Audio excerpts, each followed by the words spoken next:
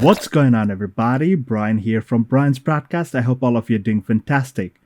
Today, I'm not going to review something, but I'm going to talk about maceration once again because I wanted to address a few things which a lot of you have been asking me in my first maceration video. So I will be trying, like, any question that comes from the top of my head, like I'm going to try and address those, and I'm going to try and address any confusion that you are going through with this whole process, like what it is, why am I doing this, why I need to do this, the importance of it, and whatnot. I will try my best, to the best of my knowledge, to let you know all about maceration. But first, before we proceed, make sure you're subscribed to this channel because I do giveaways oftentimes randomly. So I want you to be able to participate, and to do that, you need to be subscribed so that you get the notification every time I upload a brand new content. So first off, let's talk about maceration. What is maceration itself? Maceration is nothing but the maturation process of a fragrance or anything like wine. You know, like when you get that bottle of wine, the aged one, the one that you keep on macerating, you keep on letting it age inside those wooden barrels, oak barrels, or whatever barrels are used. It matures. The more older the wine, the finer the taste, the smoother the taste. And for whiskey, rum, any kind of alcoholic beverage. So the same applies for fragrances too. The more it ages, there's a very good chance that it changes over time. So let's move on to the next topic. Does maceration change the way that my perfume smells? Yes and no at the same time. And I'm going to show you like real examples from my personal collection where things changed a lot, and then there were scenarios where nothing changed, not even a bit. So let's first start off with the ones that changed. This bottle of Bleu de Chanel. I don't know, the camera's probably not going to pick up the color, but the juice color inside, it turned kind of like brownish, right? This is a bottle from 2016. And imagine, like, this is a 100 ml bottle. This I've been using for like God knows how many years now. But because I have a large collection, I go through rotations and everything. So of course, this doesn't get all too used too often. That's why there's a lot of it remaining, like almost like, I don't know, maybe still 30% more remaining in it, right? Or I don't know, maybe, yeah, something like that. So this one, and then I have Dior's Fahrenheit. This is also around the same time. I think I bought it back in 2016 or 2017. And again, these two fragrances, what changed? These are the ones where things changed. And it doesn't matter, designer, clones, niche, whatever, man. Like, it's the chemical composition. You got to understand something. Like, these are all chemicals composed into one single component, which is your perfume, fragrance, whatever you call it. So over here, what happened was the top notes from the Chanel, Bleu de Chanel. This is the EDP version. So what happens is the top note just gone. So it's more of like an incense and like base note kind of thing right now. It's more peppery. The freshness is there, but it's very short-lived, like maybe 5 to 10 minutes. But the main freshness from Bleu de Chanel is gone. Long back gone. But it smells more masculine. The whole scent profile has changed. This one, on the other hand, again, it smells like gasoline. Of course it does. I like that smell. I enjoy it. But what happened is, like, the gasoline smell again on this one, because it has been remaining inside the closet for so long, like, it's more peppery, it's more cumin, more coriander, more spicy, rather than having that herbal feel, or, you know, like a slight fresh opening. That thing is gone. Let me put this to the side. Let's talk about something that's niche. Musk Milano. And this is White Whale. This is Danier from Argos. These two fragrances. So when I bought these, right, they both had like a sharp edge. But over the months and several years now, these fragrances have smoothened out. Their richness, their depth have increased. The scent profile, in my opinion, is much, much, much better right now. Did the performance go up? I would say yes, they went up for these. For the other two, the Chanel and the Fahrenheit that I showed you, right? The performance is like on the lower end. Like before, they used to perform like monsters on my skin, like around 9 to 10 hours plus. But now it's more short lived because like most of the whole composition has broken down. Like the maceration process has taken its toll on these fragrances. On the other hand, these two, it went up because again, these are niche houses, niche fragrances. The quality of materials, the oils, they are far superior compared to the designers, right? That's what we believe. Like that's how we believe that that's what niche and designers, where that's where the borderline is, right? And then let's talk about something that I have from a very, very long time. I'm talking about something like in 2009.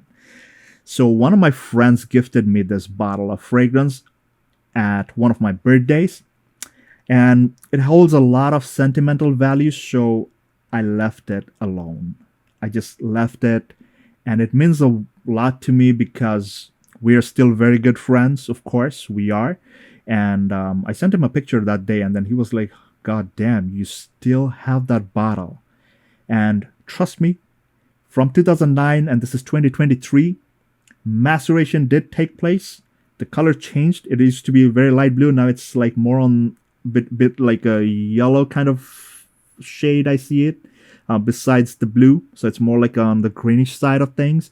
But the smell and the performance did not go down. Of course, it's a very cheap fragrance compared to now. I know it's very cheap, but then again, sentimental value-wise, it's worth more than $1 million. But the whole point is the fragrance profile and the performance did not go down. I have used this fragrance quite a lot during my teenager years, during those times, and of course, during that time, I realized like this had around like 5 to 6 hours of longevity. It still performs just like that, exactly the same way. The performance, the scent profile never changed. Let's talk about something different.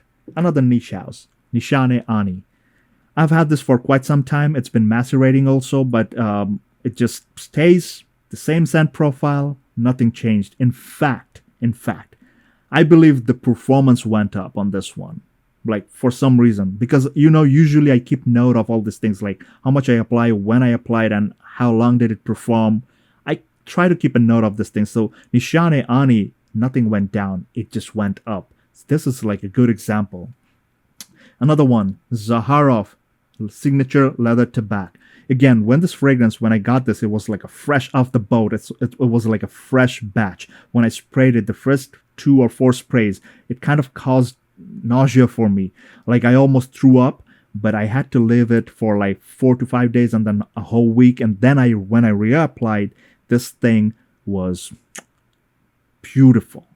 Phenomenal plum and leather fragrance. But again, let's not go into the details of that fragrance. But the thing is, maceration, even for a week or a few days, helped with this one. And the more days passed, the smoother this fragrance became. So, of course, again, you see a little dent over there because I have a lot of fragrances. It does not get used too much all too often because I rotate all my fragrances. Now, the $1 million question. The fragrance that gets pointed out the most, that got pointed out the most on my first maceration, how to macerate, or why maceration is important, the number one fragrance that gets called out all too often is none other than this chippy, Latafa's Badi Al Oud. Of course, we know who this one clones, but we are not going to go into that. But a lot of people complain that, hey, bro, I just got this, the latest batch. It's very bad, does not perform as well. Because I reviewed this, a lot of people bought it because of my recommendation. Not my recommendation, but because of how I reviewed and explained about this fragrance. It's very good. The batch that I have, like, I'm not sure, it doesn't say over here. Maybe on the box, I have to look out for the box. But the thing is, like, this one is a monster performer on my skin. But a lot of you have complained that, bro, I got the brand new bottle maybe sometime in 2022 or 23, and then this bottle is not performing. Will maceration help? It's a yes and a no at the same time, because remember, what did I mention? Maceration is basically when you spray, like 5 to 10 times you spray it. a tiny tad bit of air goes inside that. Like that little bit of air kind of helps with the oxidation and the whole chemical reaction going on inside. It kind of helps boost it, like it matures a bit faster, right? That's the whole process of maceration. Now, I did mention these facts like yes, it will, and no, it will not. That's because of the oil quality. Typically, the cheapies, you see, they don't have very good oil quality. Maybe it smells nice, it smells good, they perform well, they don't sometimes. But the whole point is the oil quality is never up there. And that's the reason why you get this for real cheap, like below $25, $22, something like that. That's the reason. Because imagine Bleu de Chanel. Let's not talk about company margins and all those things, but imagine the quality they put in here, the research and the raw materials they put in here will always be far superior than whatever they put in here, like no matter how good it smells. And then again, compared to this one, something like Musk Milano or Argos or maybe Zaharov or any other fragrance niche or anything, any niche or any other brand, like this one will be less superior than these because the quality of oil and every raw material they put in these fragrances are far superior. That's why the answer is yes and no at the same time. Like, will maceration work for my fragrance? Now, it's a whole process. It's like a trial and error process of like experimenting, right? A lot of you commented on that video, and it's got one of the highest number of videos on my channel, highest number of views on my on that video. And most of you did get some level of success, like yes, it smelled better, the sharpness went away, or it performed a bit better. And then a lot of you were unfortunate enough because the latest batches, those, they probably did not have proper quality control, so the quality went down further, so of course they compromised with something else, and that's why maceration, the whole process, is not working too well. That's what I'm trying to say over here. That's what I'm trying to address. That will maceration work for my fragrance? It's a yes and a no at the same time because of these factors. Should I try and macerate a fragrance if it's not performing, if it has a sharp edge, if I want to get more depth out of it? Definitely, yes, you should go for it. Give it a shot, give it a try. Because especially when you spray it and you're not able to return the fragrance, why not? It's worth the wait. So again, bottom line, how do we macerate? So let's say you got a new bottle, doesn't matter what fragrance you got. You got a new bottle, just do like 5 to 10 sprays, right? Maybe in the open air, or maybe you just do it on your skin, like do a whole full wearing, 5 to 10 sprays. If you want to do more, be my guest. But once you're done, put this bottle away in a cold, dark place. Not in the refrigerator, not like under your bed, but maybe at the corner of a shelf or in the closet where it's cool and dark. And by cool, I mean it's like a more or less like at the room temperature. It doesn't have to be a refrigerator temperature or super freezing cold temperature. Don't do that. Keep it at room temperature, like somewhere it's cool and dark. Don't touch it. Don't move it around. Just leave it as it is. Leave it for a whole month. I know the wait sometimes kills us. Like we fragrance enthusiasts, we are like, okay, 2 days later, let me take this off. Let me try. Oh man, it's not working. Let's not do that, guys. So like 5 to 10 sprays, do it. Wear the fragrance, spray it outside in the air, whatever you do. Leave the bottle alone in a cool, dark place. Do not touch it. Keep it on the side. Leave it there for like a month and then revisit the fragrance. Because by now you know that prior to the maceration process, when you sprayed that 5 to 10 times, if the fragrance performed well or not, you have an idea what the thing smells like. Again, in that fragrance, I used the example of duo fragrances, like for instance, Palm Trempe. This used to be like a more deep yellow, but right now it's more like orange shade. So basically, this fragrance macerated over all these years, and then it changed color. Of course, it's got more smoothness now, more depth, better longevity, because duo fragrances are notorious. Again, these are clone houses.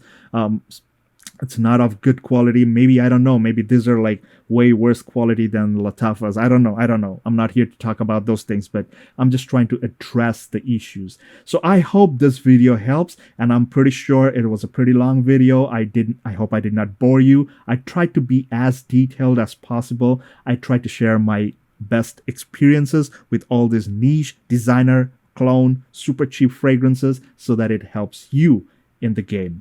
I hope it helped. Guys, let me know in the comments if it helped, if you have experienced any maceration process your fragrance went through and then you got better results, or maybe the thing just went bad or something. Let me know in the comments section. Share your experiences so that others can look at this information and it helps them out. So don't forget if you want to watch the first video, it's linked to the top. Go ahead and watch it. And again, thank you for being on my channel. Make sure you're subscribed and hit the thumbs up button. And until the next one, guys, please take care, stay safe, and all the best.